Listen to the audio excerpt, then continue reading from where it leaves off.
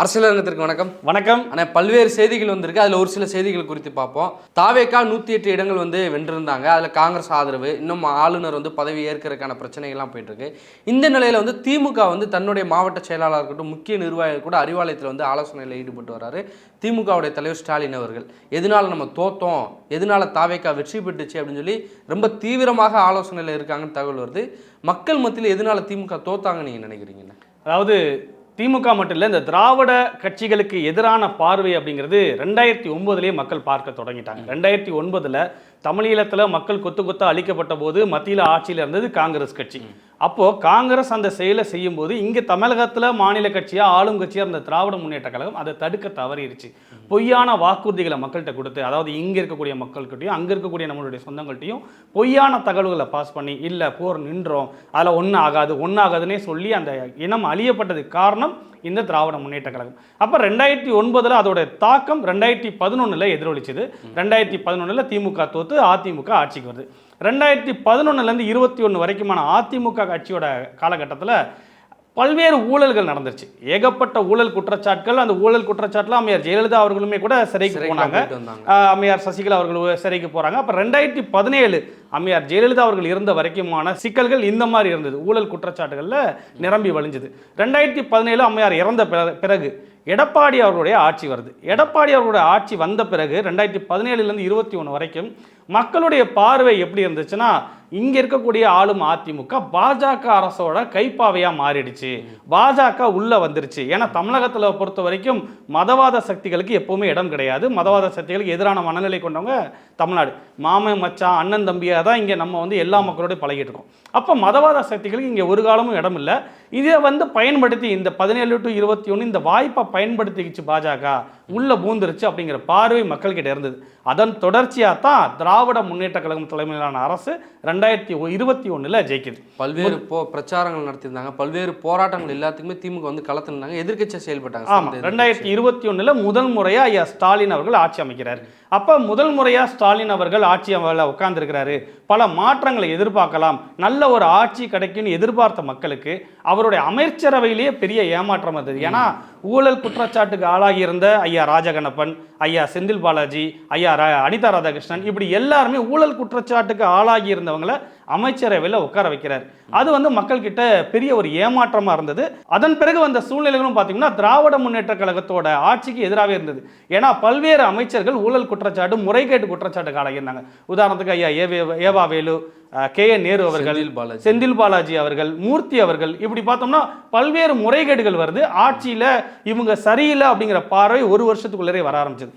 அதன் பிறகு தொடர்ச்சியான கஞ்சா புழக்கம் தமிழ்நாட்டில் எங்கே பார்த்தாலும் கொலை, கொள்ளை, பாலியல் வன்கொடுமை, கூட்டு பாலியல் வன்கொடுமை, கஞ்சா, இது எல்லாமே சமூக ஊடகங்களில் காணொலியாக மக்களுக்கு.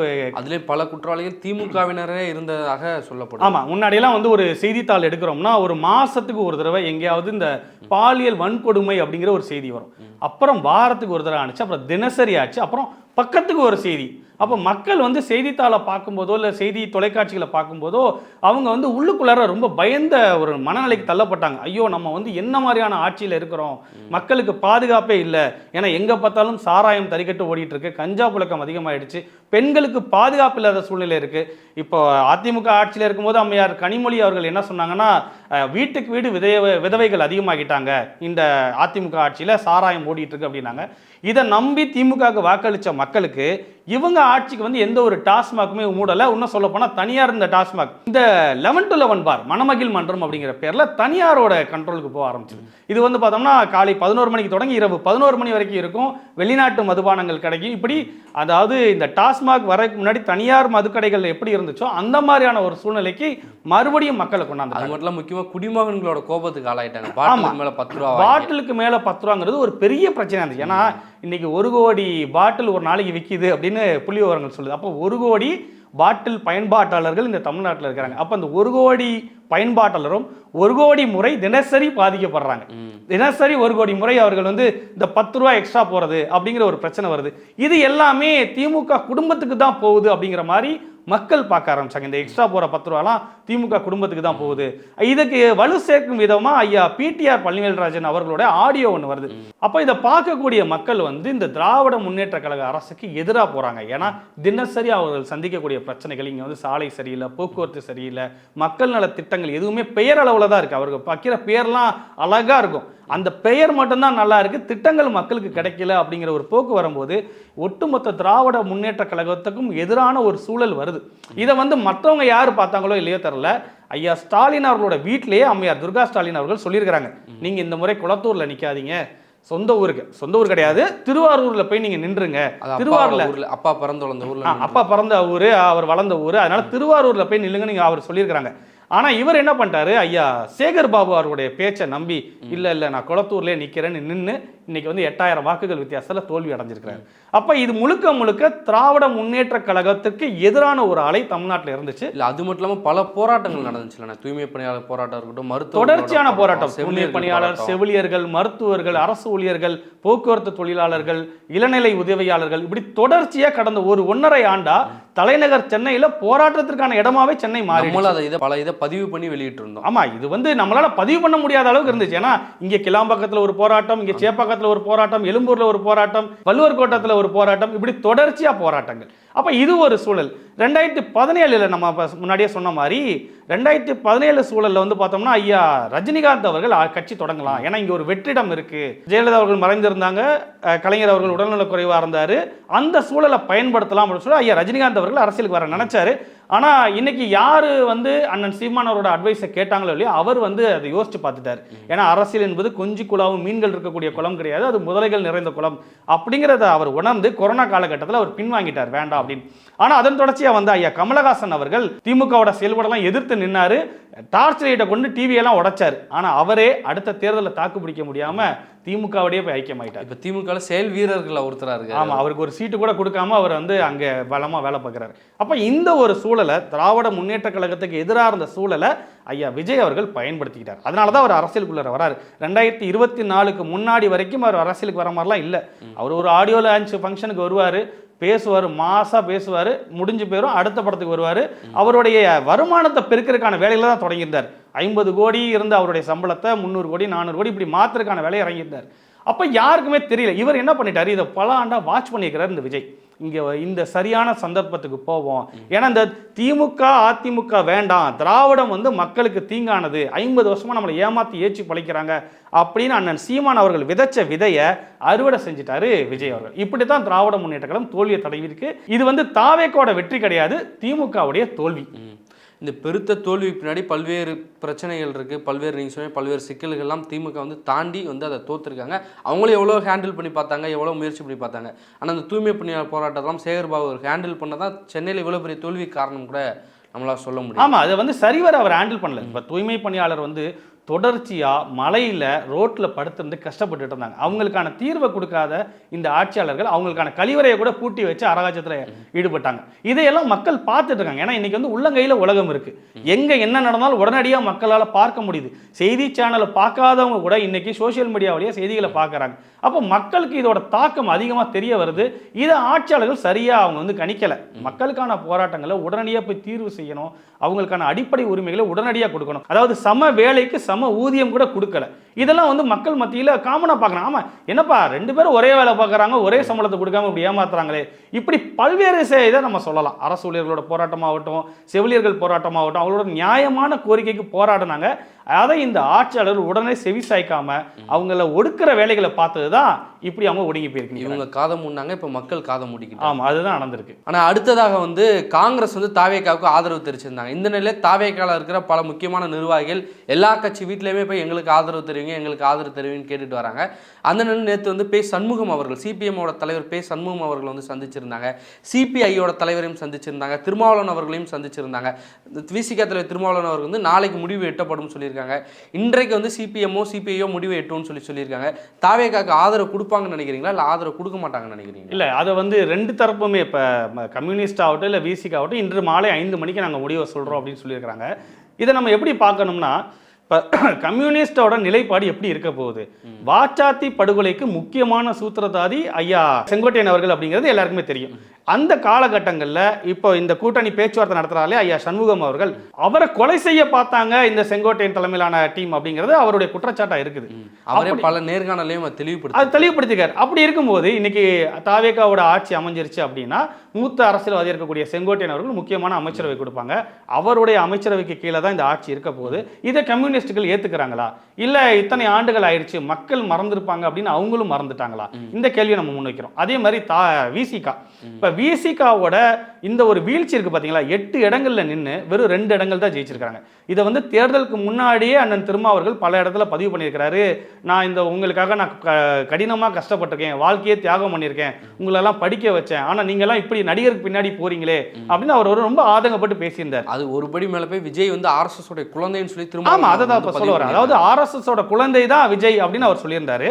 அப்படிப்பட்ட திருமா அவர்கள் யார் பேச்சுவார்த்தைக்கு போறாங்கன்னா திரு CTR நிர்மல்குமார் தான் போறாரு. அவர் யாருன்னா முன்னாள் RSS ஓட உறுப்பினர், பக்கா RSS உறுப்பினர். அவர் முன்னாள் உறுப்பினர் அதிகாரப்பூர்வம், இப்ப எப்படிங்கிறது தெரியல. அப்ப அப்படிப்பட்டவரோட தான் இவர் வந்து கூட்டணி பேச்சுவார்த்தை நடத்திட்டு இருக்கிறாரு. அப்ப அதே இடத்துல அவரும் போய் உட்கார போறாரா? அப்ப சனாதன எதிர்ப்பு, எளிய மக்களுக்கு அதிகாரம், கடைசி மனிதனுக்கும் ஜனநாயகம், சாதி ஒழிப்பு, சமூக நீதி, தீண்டாமை கொடுமை, இதையெல்லாம் பேசி அந்த மக்களை அரசியல் படுத்தின திரு விசிகா தலைவர் திருமாவர்களுக்கு இது ஒரு பெரிய பின்னடைவு ஆயிருக்கு அப்படின்னா அதுக்கு காரணம் யாருன்னா இந்த தாவேகா தான். அப்படிப்பட்ட இடத்துல இவர் மறுபடியும் போய் சேர போறாரு. அப்ப இது உங்க கொள்கைக்கு எதிராக இல்லையா? வெறும் ஒரு ஆதாயத்துக்காக 2 சீட்டு கிடைக்குது அப்படிங்கிறதுக்காக கொள்கையை அடமானம் வைக்கிற மாதிரி தானே இது பார்க்க வேண்டியதா இருக்கு. அப்ப இவங்க 2 பேரும் என்ன முடிவு எடுக்க போறாங்க இன்னைக்கு சாயந்தரம் 5 மணிக்கு தெரிஞ்சிடும். இது மட்டும் இல்லாம அதிமுகவும் இன்னைக்கு வந்து அறிவிக்கிறதா இருக்காங்க. நேற்று வரைக்கும் ஐயா எடப்பாடி என்ன சொல்லியிருந்தாரு அப்படின்னா, நீங்க அங்க புதுச்சேரி ரிசார்ட்ல இருக்கக்கூடிய எம்எல்ஏக்கள் அனைவரும் நான் சொல்ற வரைக்கும் அங்கேயே இருங்க, நீங்க வரவே கூடாது, உங்களுக்கு என்ன தேவையோ அதெல்லாம் அங்கேயே கொடுப்பாங்க. தமிழ்நாட்டுல வெயில் அதிகமா இருக்கு, பாண்டிச்சேரியில வெயில் கம்மியா இருக்கு, அங்க குளுகுலுன்னு இருக்கும், நீங்க நான் சொல்ற வரைக்கும் அங்கேயே இருங்க, என்ன தேவையோ கேளுங்க, உடனே கிடைக்கும், இங்க வரக்கூடாதுன்னு சொல்லியிருந்தாரு. அப்ப இன்னைக்கு என்ன சொல்லிக்கிறாருன்னா உடனடியாக எல்லாரும் கிளம்பி வாங்க, இன்னைக்கு சாயந்தரம் 5 மணிக்கு உங்களுக்கு கூட்டம், நம்ம எல்லாம் பேசுவோம் அப்படின்னு இருக்கிறாரு. அப்ப இவரும் இன்னைக்கு சாயந்தரம் பேச போறாரு. அண்ணன் திருமா அவர்களும் இன்னைக்கு ஜூம் வாயிலா எல்லாத்தோடையும் பேச போறாராம். சிபிஐ சிபிஎம்மும் பேச போறாங்க. இவங்கெல்லாம் என்ன பேச போறாங்க அப்படிங்கிறத இன்னைக்கு பேசுபடு பொருளா இருக்கு. மக்கள் ரொம்ப ஆர்வமா பார்த்துட்டு இருக்கிறாங்க. இவங்களாம் அவங்களோட நிலைப்பாட்டிலே நிக்கிறாங்களா, இல்ல கொள்கையை அடமானம் வைக்கிறாங்களா அப்படிங்கிறது இன்னைக்கு சாயந்தரம் நமக்கு தெரிஞ்சிடும். அவங்க ஒருவேளை வந்து தாவேக்காவுக்கு ஆதரவு தெரிவித்தாலும் எங்களுக்கான அதிகாரம் கிடைக்குது, நாங்கள் வந்து அமைச்சர் பதவி எங்களுக்கு போதும், நாங்கள் எப்போ தான் அமைச்சர் போவோம், நாங்கள் கேட்டது ஆட்சியில் பங்கு அதிகாரத்தில் பங்குன்னு சொல்லி நாங்கள் கேட்டோம், அது வந்து இப்போ நிறைவேறி இருக்கு, நிறைவேற மைண்ட் செட்டுக்கு மக்கள் வந்திருக்காங்கன்னு சொல்லி திருமாவளவன் சொல்கிறேன். இப்படி மாற்றிட்டு போயிட்டே இருப்பாங்க. இல்லை, ஒரு அமைச்சரவை கிடைக்குதுங்கிறக்கா கொள்கை அடமானம் வைக்கக்கூடாதுல்ல. ஏன்னா இந்த பக்கம் காங்கிரஸ், அதாவது 5 ஆதரவு கொடுத்துருக்காங்க இல்லையா காங்கிரஸ், அவங்க இப்போ விஜய் அவர்கள்ட்ட என்ன சொல்லிட்டு இருக்காங்க அப்படின்னா, அடுத்து 2029 தேர்தல் வரப்போகுது, எங்கள் பப்பு ராகுல் காந்தி தான் பிரதமர் வேட்பாளராக நிற்க போகிறாரு, எங்கள் தலைமையில் தான் ஆட்சி அமைய போகுது, நாங்கள் உங்களுக்கு மத்தியிலையும் வந்து உங்களுக்கு அமைச்சரவை கொடுக்குறோம், நீங்கள் வந்து எங்களுக்கு இங்கே துணை முதலமைச்சர் பதவி கொடுங்க, எது 5 சீட்டு வச்சுக்கிட்டு துணை முதல்வர், இதுதானே நேரம், இந்த நேரத்தில் எவ்வளோ வருதோ போட்டு பார்ப்போம், கிடைச்ச வரைக்கும் லாபம் அப்படிங்கிற மாதிரி, வந்தாமல போனா அப்படிங்கிற கதையா இவங்க வந்து இப்போ வேலை பார்த்துட்டு இருக்காங்க. ஆனால் காங்கிரஸ் வந்து தாவேக்காவோட கூட்டணி போனதுக்கப்புறம் காங்கிரஸ்ல இருக்கிறவங்க பலர் வந்து எதிர்ப்பு தெரிவிச்சுக்கிட்டு, பலர் அங்கேயும் சில இருப்பாங்க இல்லையா, அதாவது நியாயம் தர்மம் மனசாட்சி உள்ள ஆட்கள் இருப்பாங்க இல்லையா, 1-2 பேர் இருப்பாங்க. காங்கிரஸ்ல அப்பெல்லாம் இருக்க வாய்ப்பு இல்லை, எங்கேயாவது 1-2 பேர் இருக்கலாம். இந்த கோடை மையா ஒரு அவங்க திமுக ஸ்லீப்பர்ஸ் எல்லாம் இருக்கலாம். அப்படி இந்த காங்கிரஸ் ஆட்கள் வந்து அவர்கிட்ட போய் பேச்சுவார்த்தை நடத்திட்டு இருக்கிறாங்க. அதாவது அடுத்த 2029 எங்க பப்பு தான் வந்து பிரதமராக போறாரு அப்படிங்கிற மாதிரி அவரை நம்ப வச்சுட்டு, இன்னொரு படி மேல என்ன தெரியுமா, இந்த அவங்க கிட்ட அவங்க இந்த கதையெல்லாம் ஓட்டும் போது இவங்களும் கொஞ்சம் ஓலா ஓட்டுவாங்களே, இவங்க என்ன சொல்லியிருக்காங்கன்னா, தாவேக்கோட உறுப்பினர்கள்லாம் எங்க தலைவருக்கு தென் மாநிலம் முழுக்க நல்ல செல்வாக்கு இருக்கு, நாங்க வரோம் உங்களுக்கு இந்த PM தேர்தல் வரும்போது 4 மாநிலையும் எங்களோட தலைவர் வந்து உங்களுக்காக பிரச்சாரம் செய்வாரு, எப்படி தமிழ்நாட்டில் பிரச்சாரம் பண்ணாரு, தினசரி 2 தொகுதி 3 தொகுதின்னு போய் பார்த்து கால்படாத இடங்களே இல்லைங்கிற மாதிரி போய் பிரச்சாரம் பண்ணார் இல்லையா, அதே மாதிரி அங்கேயும் வந்து பிரச்சாரம் பண்ண போறாராம். கேரளாவில் நீங்க பிரச்சாரம் பண்ணலாம், கர்நாடகாவில் போய் ஓட்டு கேட்ட முடியுமா, விட்டுருவாங்களா கன்னடர்கள்? இது எப்படி போகுங்கிறது தெரியல. இந்த மாதிரியான சூழல் தான் நடந்துட்டு இருக்குது. கம்யூனிஸ்ட் மற்றும் திருமாவர்கள் கொள்கையை அடமானம் வைக்க போறாங்களா இல்லையாங்கிறது இன்னைக்கு சாயந்தரம் தெரியும். இப்படி பரபரப்பான அரசியல் சூழல்ல போராடுவோம் சொல்லி தாவேக்கா தொண்டர்கள் வீதியில் இறங்கி போராட ஆரம்பிச்சிட்டாங்க. ஆளுநர் ஆலயம் முன்னாடி எங்க தலைவருக்கு பதவி பிரமாணம் செஞ்சு வைங்க, உள்ளக்க என்ன பண்றீங்க ஆளுநர் அவர்களை வெளியே வாங்க, ஆளுநர் வெளியே வாங்கன்னு சொல்லி போராட்டம் பண்ணிட்டு இருக்காங்க. விஜய் வீட்டு முன்னாடி கண்ணீர் சிந்தி போராட்டம் பண்ணிட்டு இருக்காங்க, போராடிட்டு இருக்காங்க. அது எப்படின்னா, இப்போ காங்கிரஸ் கட்சி வந்து நேற்று தினம் அறிவிச்சது, நாங்கள் வந்து போராட போகிறோம், ஆளுநர் வந்து திரு விஜய் அவர்களை ஆட்சி அமைக்க அழைக்கணும், நாங்கள் போராட போகிறோம் அறிவிப்பு கொடுத்துட்டு போராடுறாங்க. ஆனால் இவங்க இன்னைக்கு வரைக்கும் நாங்கள் போராட போகிறோம், பேச போகிறோம், எதுவுமே சொல்லலை. இவர் கட்சி தலைவரே பேசலை. இத்தனைக்கும் இவரோட கூட நடித்த நடிகை ஸ்ரேயா சரண் கூட ஒரு பதிவு ஒன்று போட்டிருக்காங்க, இது வந்து சட்டவிரோதமானது, ஆளுநர் உடனே வந்து பதவியேற்க கூப்பிடணும் அப்படின்னு. எல்லா தலைவர்களும் சொல்லிட்டாங்க, எல்லாரும் சொல்லிட்டாங்க, கூட நடிச்ச நடிகை முதற்கொண்டு சொல்லிட்டாங்க. ஆனா இவரு இப்போ வரைக்கும் அதை பத்தி பேசாம இருக்கிறாரு. ஆனா இவங்க அங்கங்க கிளம்பி நாங்க போராட போறோம், மெரினால போய் நாங்க உட்கார போறோம். ஏன் மெரினாங்கிறது மக்கள் புரட்சிக்கான அடையாளம். அந்த இடத்துல ஜல்லிக்கட்டுக்காக இந்த பீட்டா அமைப்பினை எதிர்த்து மக்கள் தன்னெழுச்சியா மாணவர்கள் அத்தனை பேரும் வந்து போய் உட்காந்து போராடி ஒரு நினைவா இருக்கக்கூடிய அந்த இடத்துல நாங்க போய் உட்கார போறோம். அந்த இடம் மட்டும் இல்ல, தமிழ்நாடு முழுக்க பல இடங்கள்ல மெரினாக்காக மக்கள் தன்னெழுச்சியா வந்து போராடினாங்க. இப்ப திருச்சியில கூட அவங்க போராடின இடத்துக்கு ஸ்டூடெண்ட்ஸ் ரோடே பேர் வச்சிருக்காங்க. அப்படிப்பட்ட ஒரு இருந்த இடத்துல இவங்க இன்னைக்கு நாங்க போய் எங்க அண்ணனை ஆட்சி அமைக்க கூப்பிடணும், நாங்க அப்புறம் அவர் எப்ப ஆட்சி அமைக்க, எப்ப நாங்க 6 சிலிண்டர் வாங்குறது, வீட்டம்மாக்கு எப்ப 2500 ரூபாய் கிடைக்குது, எனக்கு எப்ப 4000 ரூபாய் கிடைக்கிறது, இந்த ஒரு ஆசையில இவங்க எல்லாம் வந்து அவங்களாவே நாங்க இங்க போராட போறோம், அங்க போராட போறோம், மெரினாவே கவுத்து போட போறோம் அப்படிங்கிற மாதிரி பேசிட்டு இருக்காங்க. 500க்கும் மேற்பட்ட காவல்துறையினர் வந்து பாதுகாப்புல ஈடுபட்டு. இது தேவையில்லாத வீண் விரயம், மக்களுக்கு வந்து தேவையில்லாத வீண் விரயம். அதாவது எதனால ஆளுநர் கூப்பிடல அப்படிங்கறது இவங்க முதல்ல புரிஞ்சுக்கணும். இவர் கொடுத்த ஒரு தப்பான தகவல். நாங்க பெரும்பான்மை இருக்குதுன்னா ஆளுநரே கூப்பிடுவார், நம்ம போய் பெரும்பான்மையை நிரூபி, அவரே இப்போ கூப்பிடுவோம் என்ன சொல்லுவார், நீங்கள் வந்து அதிக இடங்கள் வச்சிருக்கீங்க, நான் உங்களை வந்து ஆட்சி அமைக்க கூப்பிட்றேன், 2 வாரம் டைம் தரேன், ஃப்ளோர் டெஸ்ட்டில் சட்டசபையில் நீங்கள் வந்து உங்களோட பெரும்பான்மையை நிரூபிங்க அப்படின்னு அவங்க கூப்பிடுவாங்க. இவங்க முந்திரி கோட்டத்தனமா இவங்கள மெயில் அனுப்பிச்சிட்டாங்க. எங்ககிட்ட 113 எம்எல்ஏ இருக்கிறாங்க, எப்படி இந்த காங்கிரஸோட 5 சேர்த்து எங்ககிட்ட 113 எம்எல்ஏ இருக்கிறாங்க, எங்களை ஆட்சி அமைக்க கூப்பிடுங்கன்னு அவர் பிடிச்சிட்டார். 118 தேவைப்படுது, நீங்க 113 எம்எல்ஏ இருக்குன்னு சொல்றீங்க, அப்ப மிச்சம் எங்க, மீதி 6 எங்க, மீதியோட வா, நீ மீதியை எடுத்துக்கிட்டு வா, நீ மீதி எம்எல்ஏவை கொண்டுட்டு வா அப்படின்னு அவர் செக் வச்சிட்டார். அப்ப நடந்த தப்பு வந்து இங்கே நடந்தது.